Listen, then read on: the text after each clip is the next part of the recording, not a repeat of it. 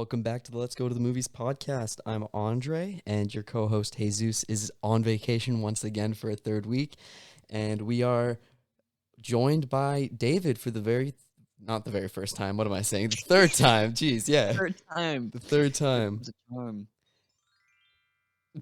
I didn't mean for that sound effect. That's me. I'm David. I'm here.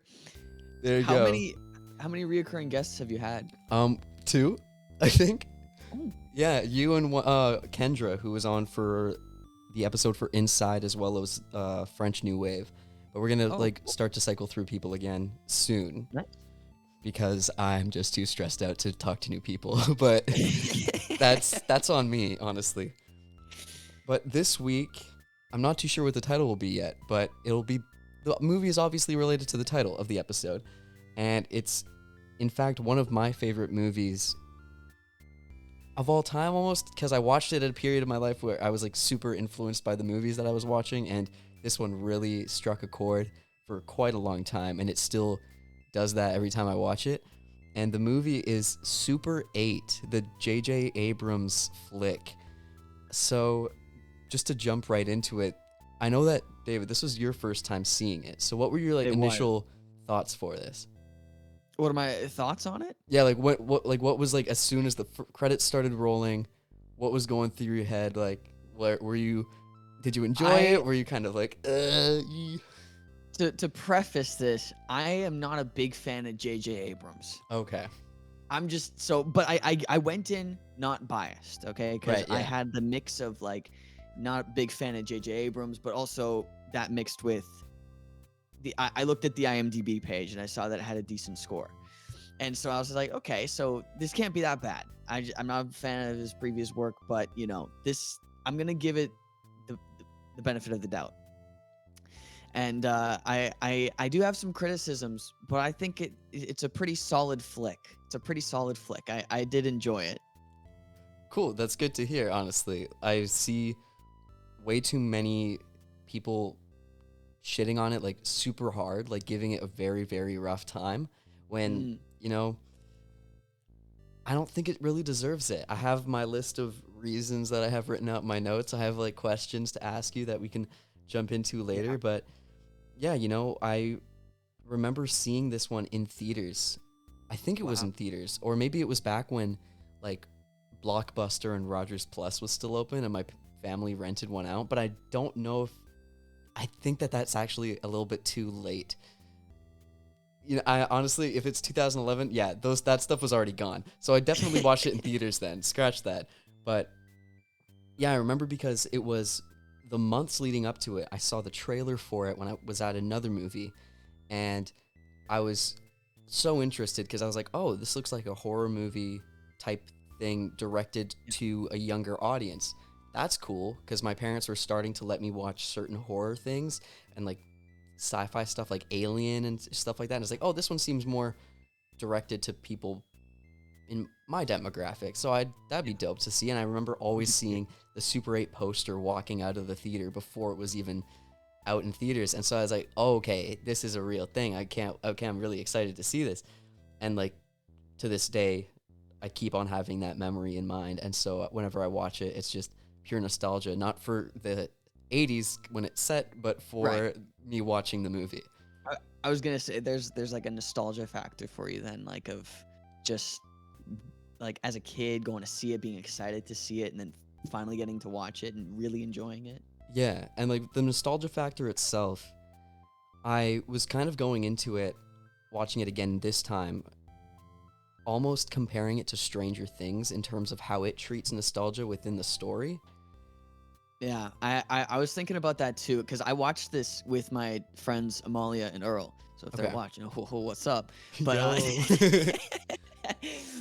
yeah, we watched it, and after we kind of discussed it a little bit, and I mentioned with the whole because as we were watching it, we kind of did see things with Stranger Things that they were similar in, but this came out way before Stranger Things. Yeah, exactly. We knew that it wasn't that type of thing where they were stealing ideas, whatever. It's an 80s nostalgia type beat, whatever.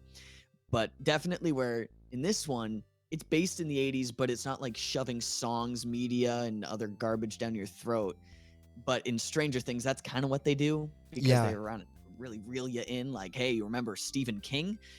Like That yeah, you're so right. I was actually, you know what? I know what the title is going to be. I'm going to title this "A Better Stranger Things?" question mark because I think this one does nostalgia so much better because maybe there's a few moments like when the dude just says, "Oh, this is a Walkman. It's the new thing." But it's like doesn't give off the forced nostalgia vibe. It's more like teaching this boomer fucking guy what a Walkman is. That's right. and it just like it's treated that way or like they're just singing a song here and there in the car and it's not like super like vaporwavy style that Stranger Things Yeah. was trying to do to give that synth vibe. Like, They have like 3 songs from the 80s that play, and I think even one of them is actually just repeated. I don't think there's 3. I think there's maybe 2 I or something think like that. yeah, But "Don't like, Let Me Down" is played twice. yeah.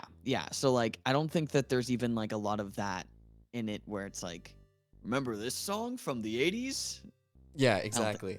And even most of the songs actually were 70s. Like I watched the last half. My mom came down and was like, "Oh, you're watching Super 8 again?" I was like, "I'll sit in." I was like, "Okay, sure." And then she was like, "Oh, this song is from like 1975." And then she saw the Walkman and she's like, "That came out in 79, so this is probably held in like 79 or 80." So right on the cusp Wow. there. And so yeah, it doesn't really the fact that everything isn't necessarily set in one specific time period. It's like stuff from the whole decade and like all the way into the 80s. It doesn't Yeah. give off the same thing. One thing with one of those songs though, this was my one criticism for this movie just cuz I love it so much Okay. is that the scene where the clerk in the gas station gets killed. Right. He's listening through his Walkman to Heart of Glass, and the movie makes the decision to cut the song and put in the super tense music with jump scare shit as like the creatures attacking everyone. I really wish that they just kept Heart of Glass playing throughout that whole scene and like didn't have any of the jump scare noises, but it's just you see this whole danger shit happening while you hear Heart of Glass playing in the background, and then it's like the still shot of the gas station destroyed as you hear like the last notes of the chorus or something like that. But they just That would take be out the really cool. song. Yeah. Yes, but then Yeah, for me there were a lot of issues with like the sound effects of like like Yeah. scary and like so That's that was okay. Yeah, one of my that's my other main criticism too. Is they didn't need to do that part, yeah which is there's excessive. even like a point where like there's that violin tense violin rising like yeah Yeah. like I think that happened when Joseph the main character, the main kid, was talking to um what's the girl's name again? Alice. Alice's dad. And Alice's dad is freaking out because like they're feeding him pills because Oh he's yeah. talking about the alien and stuff like that. And he's like, they're trying to subdue him and make him think he's crazy. And he's like, nobody believes me. And then it's like the violent tension thing. And then it's, I believe you. But like, then it's like, and it was just too much for me. Yeah. I It's one of kinda those false rolled my eyes a scares. little bit. That's valid. I totally understand that part. That's not a J.J. Abrams exclusive issue. It's not. Though, It's so not. It's like that horror happens across the board. everywhere. It's every recent horror thing or like any Yeah. sci-fi centric stuff. They always use false scares to, or like music that makes the scene tense when it's not necessary, and it just kind of Yeah. loses the tension for later. And I think a lot of it has to do with like when it came out. Like now, that's super cheesy and just like disgusting. Yeah, yeah. Put that in front of my face. But back then, 2011, right? Yeah. 2011, it wasn't as much of a sin, you know? That's true. Ding, fucking cinema Cinema sinned it sins, up. yeah. Can we put it in the fucking corner? I'm just joking. Yeah, so But that yeah, I totally agree with you. I didn't even think about for the rest of the movie, but for sure that one scene in the gas station, that's one that really made me think about that. But for sure, like throughout the whole thing, it was a little too much. Could have just been taken out, honestly. yeah. But I did like the music. I Oh thought my the god, music the was great. score, like the final theme Yeah. that's played at the end, like tearjerker. Yeah, the whole movie, because it's J.J. Abrams, but it was definitely like J.J. Abrams really liked Steven Spielberg as a kid, and you can really tell. Well, he produced it. Steven Spielberg was the Yes, producer for yeah. it. Yeah. But like a lot of like the music and just like it reminded me of, honestly, it reminded me of Indiana Jones. The And watching music. Indiana Jones as a kid, like the score for the movie. Okay. I'm Yeah, actually gonna look up that to was see just if what I found. Like that that's makes a lot of especially sense. like, sorry. Sorry, I keep cutting you off. I totally agree with you. It does give off those vibes. So I'm gonna see if Mhm. it is actually John Williams. That It's is. not. It's I not. did look it up. Okay. No, it's not John Williams. I can't remember the guy's name, but it did sound so much like That's John yeah. Williams. Yeah. That's what Um, I was thinking the whole time. Because there's like one criticism that I saw online was, oh, this is just throwing E.T. and the Goonies into a blender. And oh yeah. I was like, okay, that's a little too rough to say, but also I really got that with like the music. It's like you can really feel the Spielberg style Yeah. there, and like it is a group of kids overcoming this mystery and stuff. But honestly, the one big thing that I saw as well is people. I looked at a lot of the IMDb user reviews, and so many Yeah. people were saying that this thing just was lacking originality.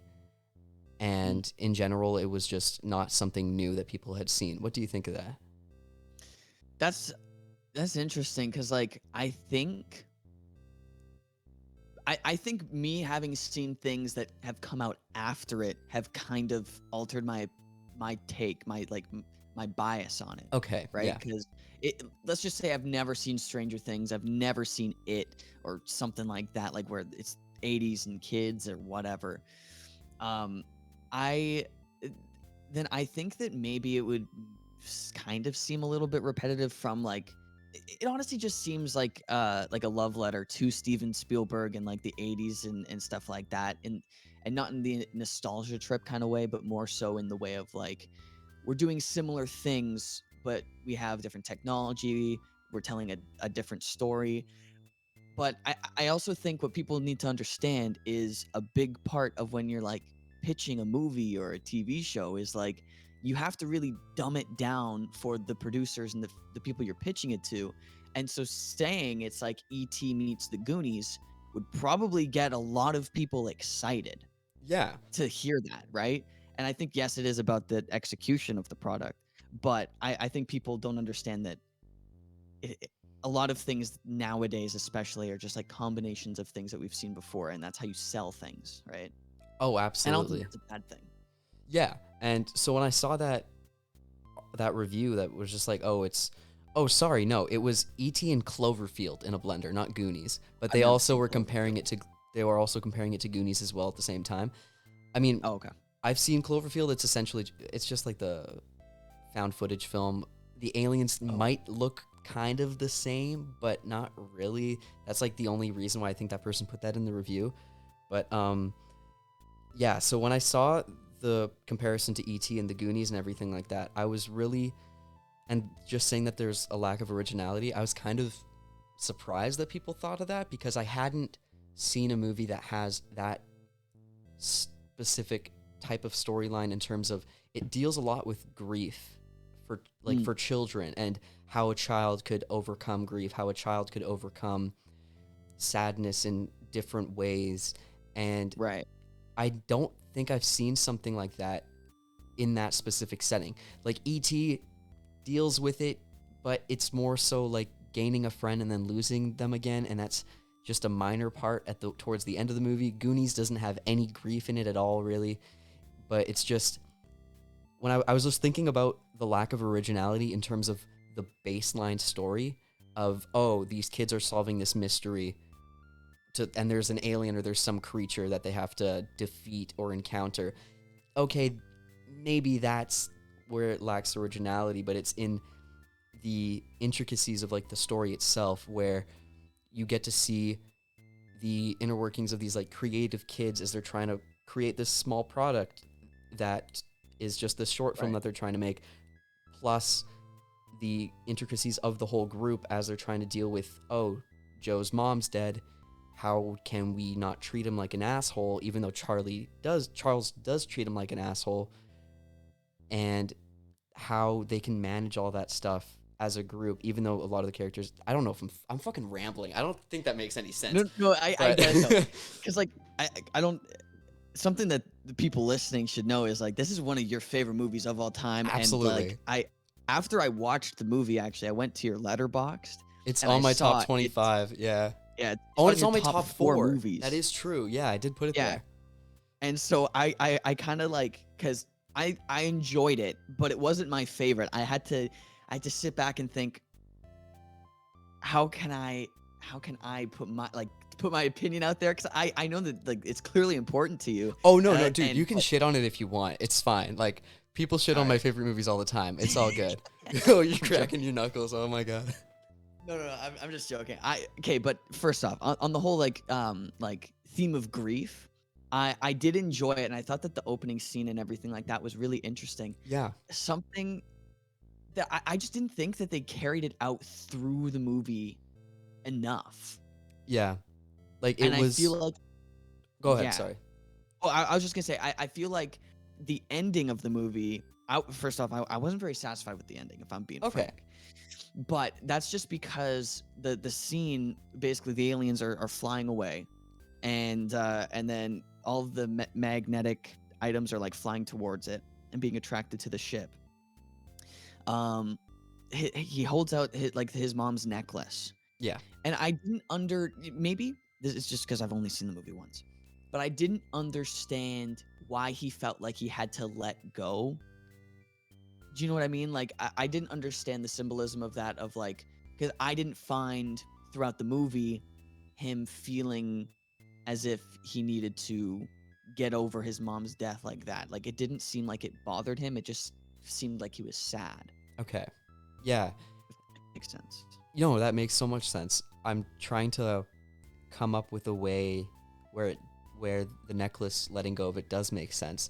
The only thing that I can think of really is that throughout the movie, you can kind of see it like he always clutches it kind of as his safety net. And at the end of the movie, his dad finally seems to take up that role as the safety net for him. So he doesn't necessarily need the necklace or like that image of his get mom you. necessarily. Maybe. You want to know what? I'll take that. I'm satisfied with that. Okay. I think that maybe it wasn't translated in the movie as well as it should have been. Yeah. But now that you pointed out, it makes sense. That makes a lot of sense. Yeah, like I would say maybe if there was one extra scene where you see him clutch the necklace like in his hands, because you only see it like maybe 2 or 3 times, maybe another one would have pushed it a little bit further, because you see it happen at the trains, and then Alice kind of sees him do that, and then he kind of puts it away. Then she asks him about it, and he explains. That's kind of it, I guess. So if it was just done once again, maybe. And I feel like if he he explained the backstory of what it was, but I don't think it was portrayed well enough as like a safety net. Yeah, exactly. Like I feel the way that he acted in the scenes where he does hold on to it, that's the vibes that I was getting from it, like the performance. But just because it was just those few times, it's like almost imperceivable. But I've seen the movie like 6 times, I think, and so I just have those scenes like in my brain all the time whenever I watch it. Yeah, and keep in mind for you and everybody listening, I've only seen this thing once, so I'm gonna miss some shit. All right, that's all fine too. That's all fine. Speaking of that one last scene though with the magnet stuff, I was kind of critiquing it, but also I don't want to like dive too much into the logic. Carrie should have fucking flown to that thing with his braces, dude. He should have just zoomed all the way over there. That's true. He should have, or his teeth at least. Oh, that was so bad. But there was, I mean, with that whole thing as well, I mean, I guess to say why Carrie didn't fly there and why only certain things seem to fly to the water tower, I guess it was, is that it's perpetually said throughout like the back half of the movie that the creature or alien has some type of telekinetic or Right. some type of, I was about to say photosynthesis. I meant like mind reading. What the fuck? Osmosis Jones. That's exactly. This is a sequel to Osmosis Jones. Oh shit! I've never seen Osmosis Jones. That's I haven't right either.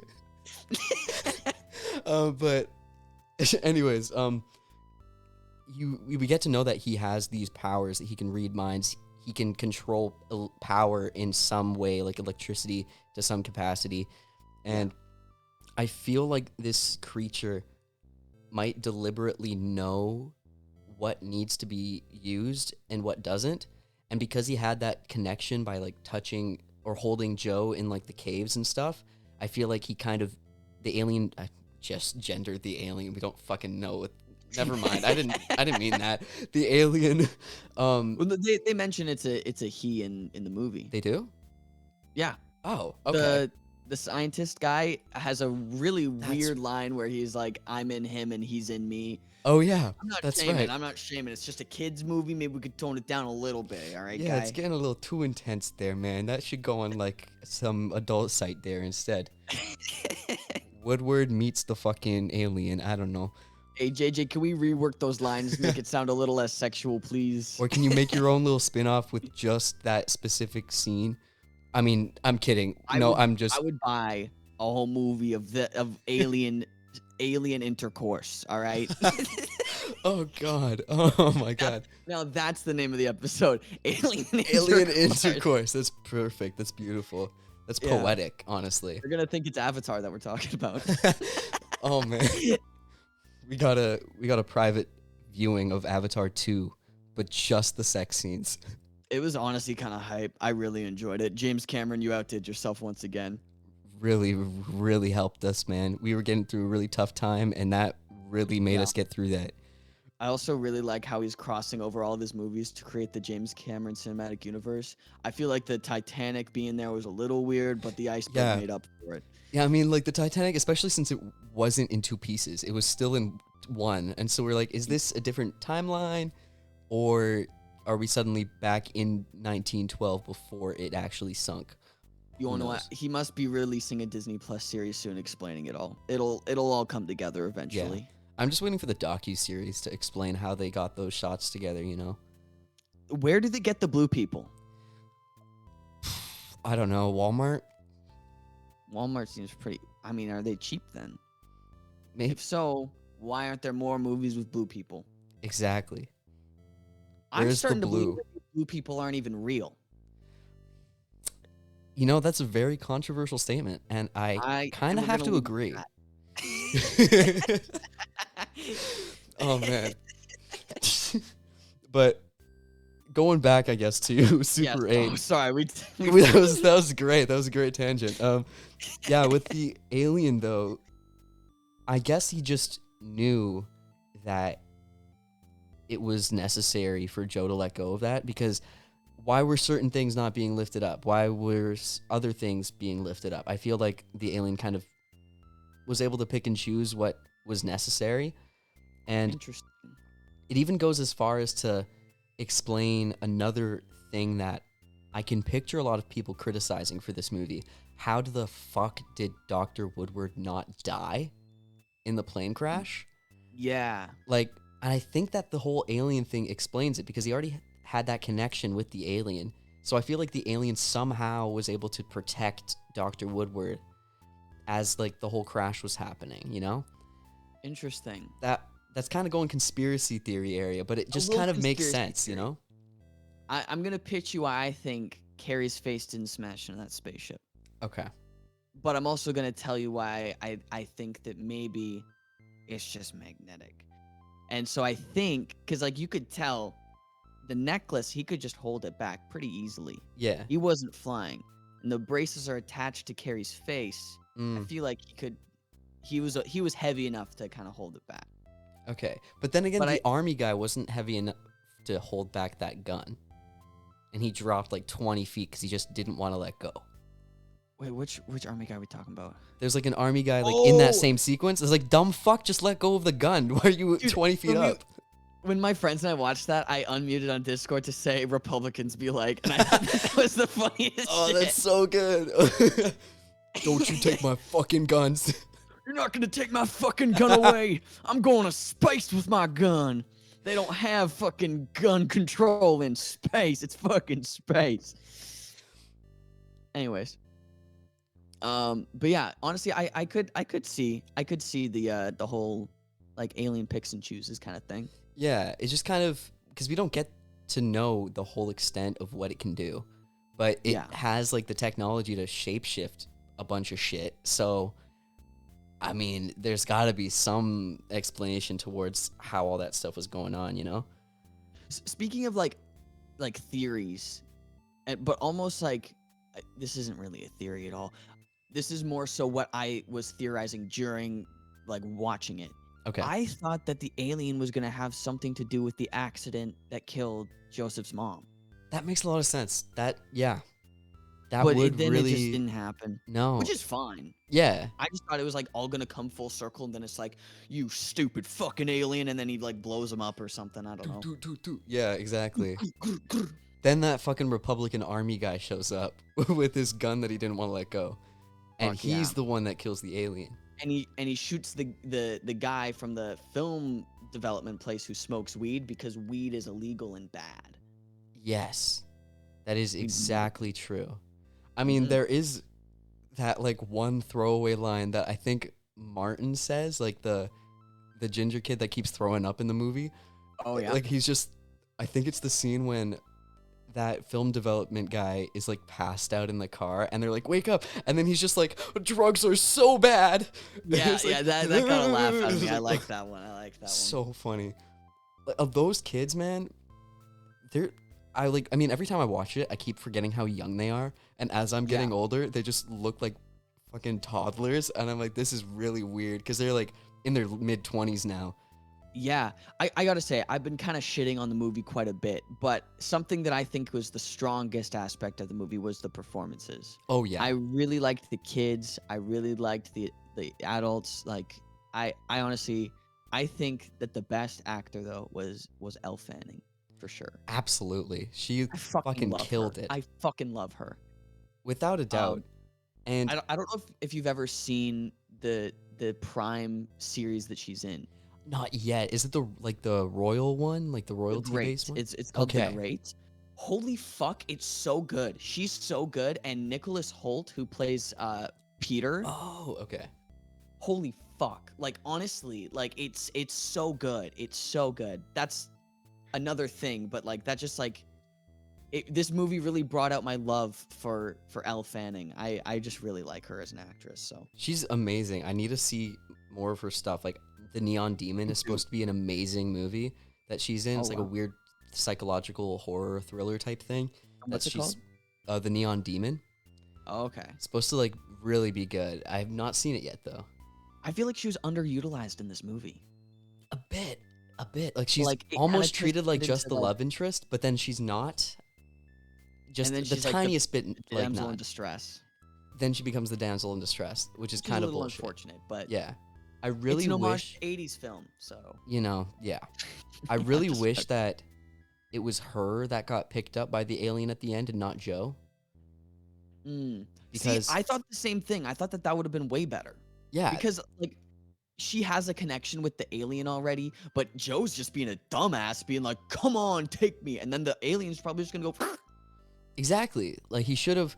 I mean, he's the one that did the more research with Dr. Woodward. Fuck that. Like, I wanted to see Elle Fanning do that because that would have been so interesting. Because Joe could have still had. He already knew all the stuff that was going on for the alien. He didn't need to get like grabbed to like get that psychological understanding. You know what I mean? So he could have still had the same moment of letting go of the necklace, understanding the alien's perspective and stuff without getting picked up. We could have given Elle Fanning that more intimate moment for her character. I think that it would have been great if like the alien was about to fuck him up and then she kind of like stood in front of him and like calmed down, like was kind of the mediator so Joe could still have his moment if he needed it because he's the main character, but like she still gets her moment where it's like her being kidnapped wasn't completely useless and just for the plot. That would have been great for sure. Yeah. And I can't remember what I was gonna say. You go ahead. Okay. Returning to your point, though, you're saying like the performances were the best, were your favorite Yeah. part of it. Every time I watch it, I just enjoy it more and more. Just how well the kids portrayed Yeah. like all the parts of that friend group. Like there was the fucking pyromaniac insane kid. Yeah. There was like the douchebag leader with Charles, the fucking quiet kid with Joe, the nerdy fucking dude. I don't even remember his Bravo. name. And then like Barfy Boy. Yep. Like every and looking at a lot of the reviews, people are saying, "Oh, all the one-dimensional minor characters, they're fucking children." How much character growth do you think a 13-year-old can go through, man? Like, Listen, I somewhat agree with them, but not to their extent. I think that they're thinking everybody needs to have like this big thing to yeah, make the movie good. But like, I feel like beside like on like again. Sorry, I'm saying like a lot. it's But fine. again, I keep doing that too. I liked them a lot, and I honestly think that they were better at playing their characters. I feel than the Stranger Things cast are good at playing their characters. Not because like they're one's bad and one's good, but like I just feel like this one felt more authentic to me. Yeah, Um, because you get to but really see kind of the inner workings of the friend group, whereas Stranger Things, it kind of goes all over the place with the yeah, season. I haven't seen the third season in its entirety, so I third can't season's really. the best one. It is. Oh fuck! I It's was the best hearing season. I was hearing things that are like, because season 2 was kind of dog shit, and then Oh yeah, absolute dog shit. Yeah. yeah, so I gotta finish that so I can get a proper unbiased. Well, no, it'll still be a bias, but I can get like a less biased opinion on the show. Right. But fucking Stranger Things stands, don't you dare cancel us. Don't Like, fucking come at me. All right, you want to know what? Stranger Things stands fucking come at me actually, all right? yeah, you know what? Fucking follow me on Twitter at What you gonna do? Go to the fucking upside down and fight me there? Bitch, it's not real, okay? What are you gonna do? Get David Harbour to fucking come with the sheriff hat in here and fucking pull a gun on me? It'll get pulled away by the alien guys, so shut the fucks up. Exactly. I'm gonna just fucking take the hat. I'm the sheriff now, bitch. Like, what you gonna There's a do? new sheriff in town. His name is me, and I have a gun. And it's just game over. And then it's the Republican guy with the gun comes up behind you. He's your backup. Yeah, he's like, yeah, let's fucking get her done. He's still floating. He's still floating. He's like, listen, could you just give me a fucking hand here, man? I'm on your side. He's talking to the alien. He's like somehow learned that language already, and they're just communicating. Everybody on the ground's like, what the fuck is going on here? We need to see a story about that guy. Then J.J. Abrams is behind the camera. He's like, fuck that shit. I want this to happen. Then everybody's like, we're in a movie? Wait a minute. JJ. Holy JJ, shit, you dude. son of a bitch, you did it again. This is Super 8 2? Super 16? Oh my god. um, but yeah, as I was saying, that was another good tangent. Hell yeah. As I was saying about like, oh fuck, what was I saying? I was saying something about how I liked their performances. Yeah. Right, their character arcs, their little mini arcs. I think that like if like Charles had something, if Charles had something a little bit more than like all of a sudden he likes Alice, because I thought that was a little out of left field. Yeah. It made sense, Mm-hmm. but and honestly, I probably, now that I'm thinking about it, prefer how they did it, how they did it rather than like him clearly being upset and jealous. Yeah. I think that now that I'm thinking about it, I was about to make a really stupid point. However, like I feel like maybe my issue with it is that the problem was solved too quickly and too easily, where it was just like, you want to know what? It doesn't even matter that much. I'm upset about it, but it doesn't matter. And so he didn't have much. I get that. Absolutely. Yeah, after a certain point, the kids went from like they're all having to keep a secret together to half of them are investigating, half of them are like, shut the fuck up about this, and that same half had nothing really to do. Yeah. But there's only so much you can do in 2 hours as well. Exactly. And the whole Charles thing about him kind of being chill with the Alice situation with Joe, that's like such a teenage boy thing to do. Be like, It is. Yeah. it's fine, I swear, I'm not mad. That's true. Yeah. Which, I mean, kudos on the writer's part, I guess. It really kind of felt genuine, but also like could have given us a little bit more. I agree with you on that. Yeah. Yeah. And they do Oh, sorry. I was just gonna say they do kind of Yeah, show it in subtle ways that Charles has somewhat of a crush on Alice, because it starts as soon as the train crash ends. You see some stolen glances that I only noticed this time around watching it. But you see Charles kind of look at Alice and look at Joe okay. for like maybe 2 seconds every single time, like for the shot. But it's there, but it's only there if you really pay attention. But I think it's kind of like that subliminal thing where once you get to see that part of the movie, it's like, oh, okay, I understand where he's Right. coming from, why this is in the movie. But yeah, It's things that you notice after your first watch. exactly. Yeah. Or it's like things that make more sense after the first watch. You know, I get that's the same thing. Yeah, I just repeated what you said. Yeah. Yeah, but I feel like we said the same thing but different, you know? Oh, for sure. In like different ways, saying different things but saying the same thing. Yeah, just how like in every university classroom, you're like, I really like your point. So jumping off of that and then just rephrase the same sentence. That's what I did. And You know, with the thing that you just said, that actually does remind me of in university classes when like somebody brings up a point and then the other person repeats it in a different way. no way. Okay. Yeah, I understand Yeah. where you're going. Jumping off of that, I'm not gonna I'm not gonna do it a Go third time. forever. One thing that I have in my notes too is, well, okay, this is just something funny. One of my favorite university professors, his name is actually Dr. Woodward. So when I rewatched the movie, I realized, oh, that's his name. I was like, oh, that's fucking hilarious. Dr. Woodward, man if you're Woodward. actually watching this, I don't know how you found it, but What's up? welcome. I'll see you in class in the fall. Yeah, I won't. Yeah, no. But you know, we can chill. Yeah, let's chill with Dr. Woodward. Well, just me and him, Oh. probably. Oh, yeah. Sorry. Yeah. No, it's fine. It's fine. I want to watch Super 8 with him. It's one of my favorite movies of all time. Okay, It's probably okay. my top 4 on Letterboxd. Okay, so. yeah. I have plans. Yeah, no, you're probably Yeah. so super busy. I am too, but like I make time. Yeah, I'm gonna not watch Super 8 because that movie's fucking dumb. I hate I it. have a girlfriend, so I'm busy Oh. all the time. Well, okay. Good job. I am okay. Super 8's a dog shit movie, dude. Yeah, it is. I'm just- that bit went all over the Start place. crying on the fucking podcast. Oh, man. It's fine. Just go to Dr. Woodward. It's fine. Oh man. Okay, the last bigger thing that I have in my notes. Oh, actually I have two. So I'll mention the first one. Okay. What do you think? They kind of do a cliche, but they do it in kind of a different way. The typical like business dad type beat where business dad can't spend time with kid, but it's a cop this time instead of business dad. Right. You know, like the whole I thought it was different. I didn't really Yeah. even think of the business dad stereotype, to be honest. I thought that it was just like more of a cop dad stereotype. Okay, yeah, for sure. But no, yeah. I was I just think thinking I think that was done pretty well. Yeah, and just because I was thinking about it, and the beginning of the movie really can give off that unoriginal vibe of the dad not being present at all. But once you kind of understand the intricacies of the grief, plot points, and everything like that, then you can really look past it. I'm just saying this for people that haven't seen it or have seen it only once to make you Right. get rid of those thoughts in case you ever had them.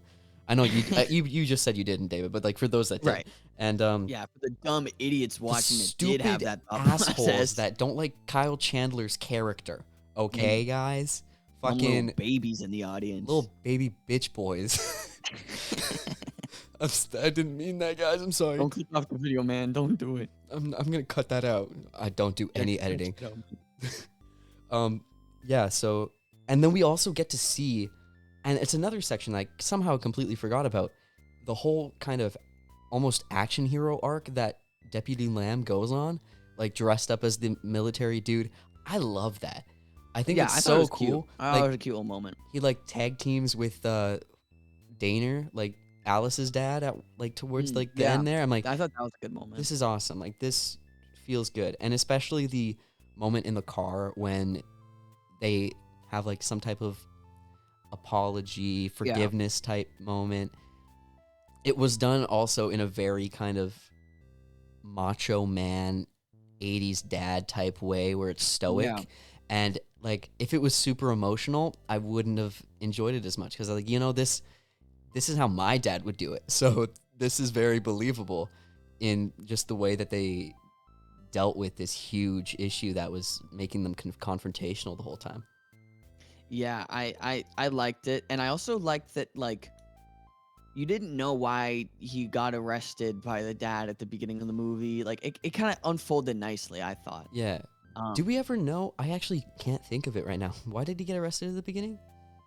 Simply because the dad didn't want him there because he Right, traded okay. ships with the wife, and yeah. That's right. Okay. Yeah, it made sense. I thought it was like some trespassing thing, but I wasn't 100% sure on that. But yeah, that makes sense Yeah, I now. just mean like the conflict mainly is Yeah, is yeah, like yeah. is it unfolds nicely and it's explained, I Mhm. think, really well. So it's short and sweet and to the point, but that's what I like. Yeah, exactly. And the one last thing that I have, and then we can go on to if you have any more critiques. What do you think of the creature or the alien itself? Like how they were revealing it slowly? I thought it was interesting. I kind of liked it better when you didn't see it that much. Yeah. Okay. Um, but I also understand like you can't really make an emotional connection to something you can't see. Yeah, I get that. So, I thought I honestly, I didn't have any issues with like the way it kind of like went from you don't see it basically at all and it's super horror flick kind of deal Mhm. to almost like Steven Spielberg. It's a weird alien, but we love him. Yeah, that's So exactly the vibes that I was getting off of it every time that I watch it, really. And because it isn't until they're in the cave underground that you get to see the thing in full scale. And that's what I yeah, really appreciate with it because we see it. We see like half of it. We see it in a very blurred, shallow focused background and stuff like that.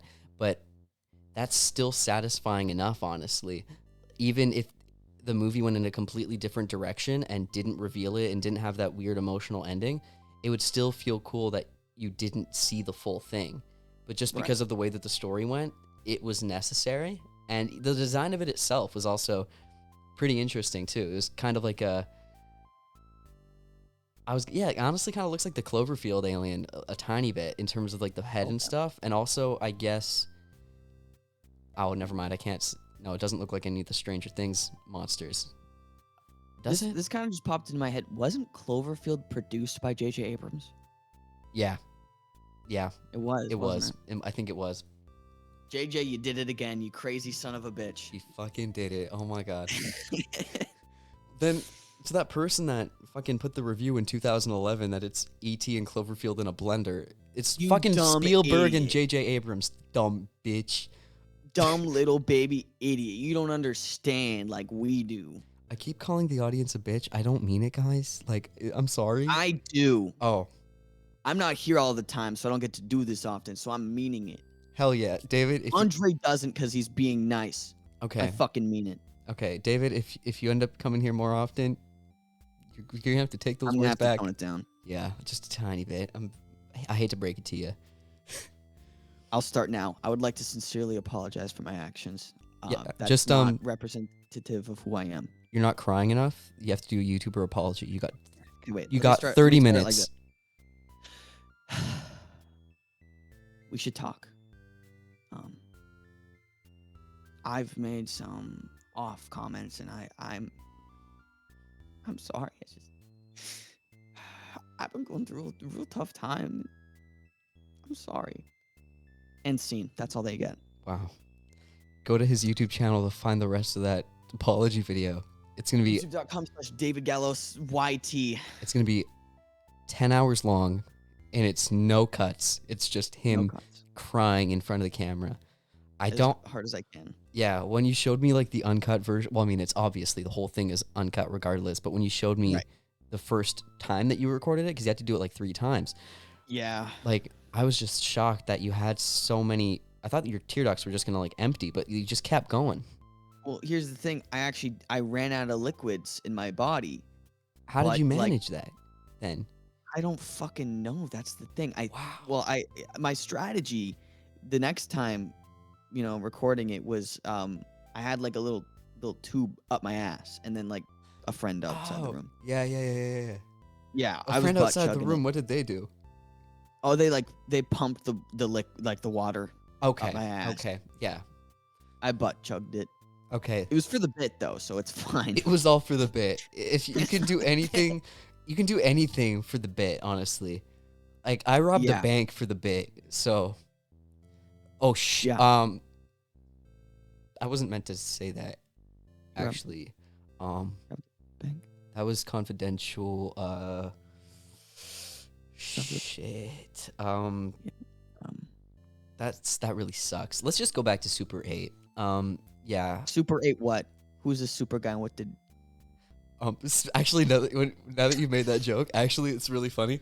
My mom was talking to me right after we finished the movie. She was like, "Why is it called Super 8? There wasn't 8 kids." And I was like, "Mom, it's not the Super 8. The camera they filmed with was a Super 8 camera." And she Yeah. just was so pissed at herself that she forgot that that's what That's it really was. funny. And I was like, that's a great joke. I'm sorry, Mom, if you're listening to this, that you're pissed at me for making fun of you that way. I'm not actually making fun of you, okay? Love you. Good night. I, I love you, Mom. Good night. Have a good sleep. That's to my mom, but also your mom. Oh, awesome. Hi, David's mom. What's up, Mom? Um, Shout out to all the okay. moms out there. Sorry. Yo, shout out to all the fucking moms in chat. What's up? What's up? What's up, moms? Okay, so I wanted to actually ask you because this is one of your favorite movies hmm of all time. What part of the movie will you always think is the best part? What's your favorite part? The best part, in Ooh. your opinion? Honestly, oh, geez, that's a tough fucking question. Oh, man. I really love. I mean, I've grown to really love the ending and just like the whole. It's mainly the score that does it for me. Like, I tear up every single time just because it's such powerful music that was written for that scene. But also, honestly, the train crash, how they were Yeah, able to get that done, like blows my mind every time. It's just everything is so intricate and it's just that's mine so too. well paced. It's fucking great. Like the Yeah, moment when one of the train cars just goes right through the building in that scene, like it was just set up so well. I don't know why it's such a long pause there, but it was so it's because it was so that good. good. Literally, yeah. No, I agree. That's I think that's my favorite sequence in the movie too. Is just like the tenseness, the action, the sound design. I just really liked how it all came together. I think the explosions were a bit over the top, but Tiny I'm bit. just a critiquey asshole, and I could get past explosions in a movie. Yeah. Okay, it's just a train crashed, David. Okay, you can get past an explosion. There's a fucking alien in the movie. Explosives are not out of this world. Okay. Exactly. At least it wasn't Michael Bay that fucking directed this. That would have been 10 times worse. But That would have been bad. Megan Fox would have been in it, and he would have just sexualized her. yeah, it's like you said, everything like on that scene, like the sound design, the sound design, how everything's paced, how everything's edited together. And also, it's just so unexpected how intense the scene becomes because we just kind of Yeah, see like Dr. Woodward barreling towards this fucking train, and it's all kind of like, oh,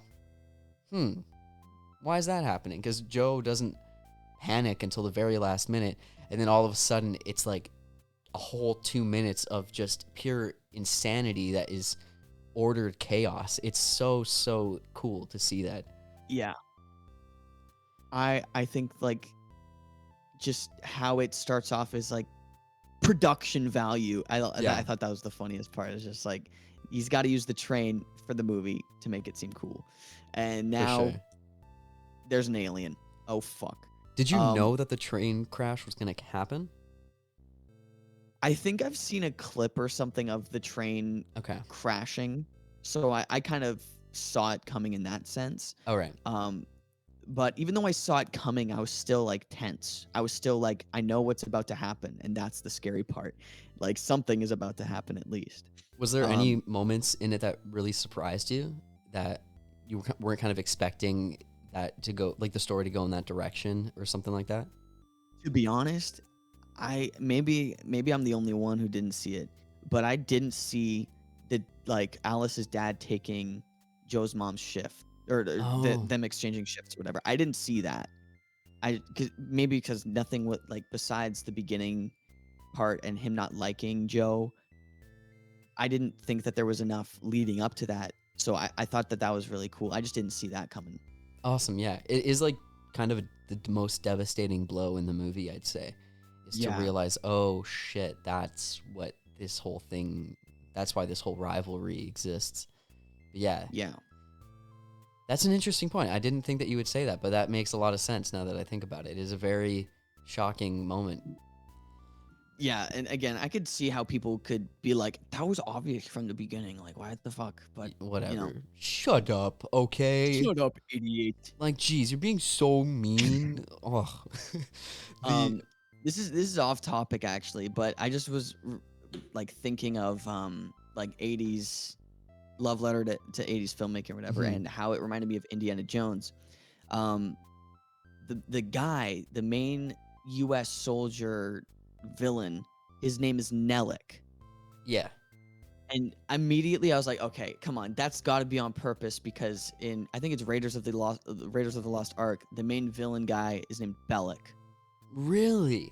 Yeah. Oh, I So like, completely forgot that. yeah. So I was just like, that's got to be on purpose, right? That JJ, come on, you know? Yeah. That makes so much sense. I haven't seen Raiders in so long, though. I Yeah. really want to. I bought a copy of it at a thrift store just recently, and I think I told you. Did I tell you about this? Yeah. You Yeah, told me about I this, but I opened up the disc or the case. There was no disc. there was no disc. Always to the people thrifting out there, always check your movie cases before you check out. I didn't You, that day. That cost me $3. you know why it wasn't in the case? Why? Because that disc belongs in a museum. That was a stupid joke, and I would like to apologize. I'm gonna cut it. That was Yeah, awful. get the fuck out. That was so bad. One last thing though before we turn this fucking podcast off Finally. is okay. I'm just joking. I'm joking. I swear to God. Fuck. Call back. The Republican guy comes into the door. Oh shit. Yo.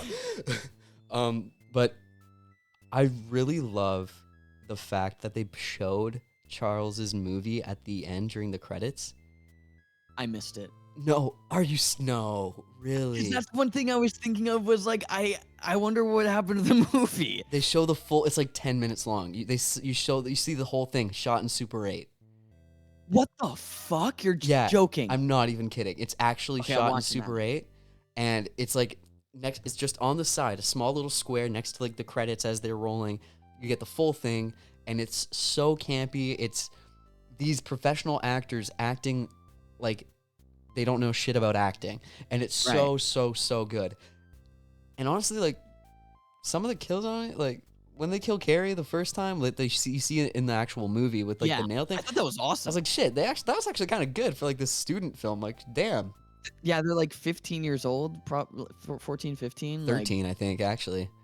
Like, Which is Jesus, really like, weird. Because like they I mean, say a bunch of older kids are gonna be in this. They're 15 and 16. I'm like, ah, Jesus Christ, how fucking young are these people? I yeah, always thought that they Jesus. were like 18 when I first saw the movie. Wow.